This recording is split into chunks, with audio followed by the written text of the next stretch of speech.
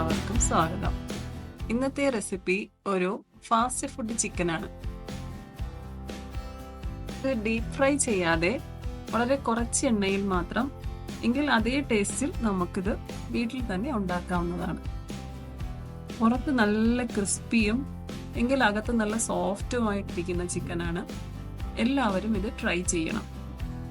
ഇതിന് ആവശ്യമായ ചേരുവകൾ: ഞാനിവിടെ 1 കിലോ മീഡിയം സൈസ് ചിക്കനാണ് എടുത്തിരിക്കുന്നത്. 1.5 ടീസ്പൂൺ ഉപ്പ്, അത് ഓരോരുത്തരുടെയും ടേസ്റ്റിനനുസരിച്ച് അത് വ്യത്യാസപ്പെടുത്താം.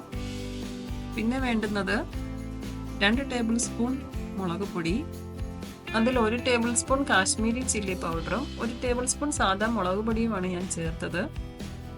പിന്നെ വേണ്ടുന്നത് അരിപ്പൊടിയാണ്. അത് ഞാനൊരു 3 ടേബിൾ സ്പൂൺ ആണ് ചേർത്തത്. ഇത് പത്തിരിയുടെ പൊടിയാണ്. പിന്നെ വേണ്ടുന്നത് ഇഞ്ചി വെളുത്തുള്ളി പേസ്റ്റ്, അത് 2 ടേബിൾ സ്പൂൺ, 1 ടീസ്പൂൺ നാരങ്ങ നീര്, 1/2 ടീസ്പൂൺ മഞ്ഞൾപ്പൊടി, 1 ടീസ്പൂൺ മല്ലിപ്പൊടി, 1 table spoon cornflour, 1 teaspoon garam masala, 1 teaspoon കുരുമുളക് പൊടി, 1 ടേബിൾ സ്പൂൺ മുഴുവനെയുള്ള പെരിഞ്ജീരകം. പിന്നെ വേണ്ടുന്നത് 2 ടേബിൾ സ്പൂൺ ചില്ലി ഫ്ലേക്സ്. വറ്റൽമുളക് മിക്സിയിലിട്ട് പൊടിച്ചെടുത്തതാണ് ഞാനിവിടെ ചേർത്തിരിക്കുന്നത്. പിന്നെ വേണ്ടുന്നത് 1 ടേബിൾ സ്പൂൺ വെളിച്ചെണ്ണ. ഇത് നാടൻ വിഭവമായതുകൊണ്ട് ഞാനിവിടെ വെളിച്ചെണ്ണയിലാണ് തയ്യാറാക്കുന്നത്. നിങ്ങൾക്കിത് സൺഫ്ലവർ ഓയിലിലും ഇത് തയ്യാറാക്കാവുന്നതാണ്. ഇതിലേക്ക് ഞാൻ അല്പം വെള്ളം ഒഴിച്ച് നല്ലൊരു പേസ്റ്റ് രൂപത്തിലാക്കിയതിന് ശേഷമാണ് ചിക്കൻ ഇതിലോട്ട് നല്ലതുപോലെ മാരിനേറ്റ് ചെയ്യുന്നത്. അതിനായിട്ട് ഞാനിവിടെ ഒരു 1/4 കപ്പ് വെള്ളം എടുത്തിട്ടുണ്ടായിരുന്നു. മസാല എല്ലായിടത്തും നല്ലതുപോലെ ആകുന്ന രീതിയിൽ നല്ലതുപോലെ ചിക്കനിൽ തേച്ച് പിടിപ്പിക്കണം.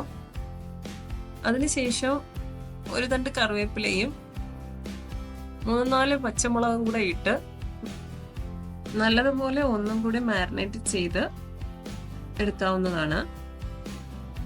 മിനിമം ഒരു 2 മണിക്കൂറെങ്കിലും ഇത് നല്ലതുപോലെ മാരിനേറ്റ് ചെയ്ത് വെളിയിൽ വെച്ചിരിക്കണം. അങ്ങനെയാണെങ്കിൽ ചിക്കനിലൊക്കെ നല്ലപോലെ മസാലയൊക്കെ പിടിച്ച് നല്ല ടേസ്റ്റ് ആയിട്ട് വരത്തുള്ളൂ.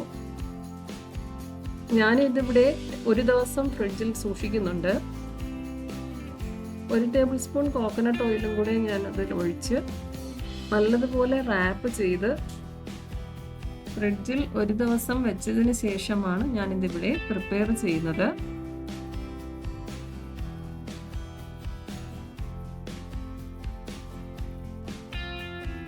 തയ്യാറാക്കുന്നതിന് 1 മണിക്കൂർ മുമ്പേ ഞാനത് ഫ്രിഡ്ജിൽ നിന്നും വെളിയിലെടുത്ത് വെച്ചിട്ടുണ്ടായിരുന്നു. ഞാനിതിവിടെ വെളിച്ചെണ്ണയിലാണ് ഫ്രൈ ചെയ്യുന്നത്. ഏത് എണ്ണ വേണമെങ്കിലും ഇതിനായിട്ട് യൂസ് ചെയ്യാവുന്നതാണ്. സൺഫ്ലവർ ഓയിലോ പാം ഓയിലിനോ ഏതാണെങ്കിലും കുഴപ്പമില്ല. ഞാനിതിവിടെ അയണിൻ്റെ ഒരു തവയിലാണ് ഫ്രൈ ചെയ്യുന്നത്. ഇതിലാകുമ്പോൾ വളരെ കുറച്ച് എണ്ണ മാത്രം മതിയാകും ഇത് ഫ്രൈ ചെയ്തെടുക്കാൻ. ഞാൻ ഈ ഒഴിക്കുന്ന ഇത്ര എണ്ണയിലാണ് ഇത് ഫ്രൈ ചെയ്തെടുത്തത്.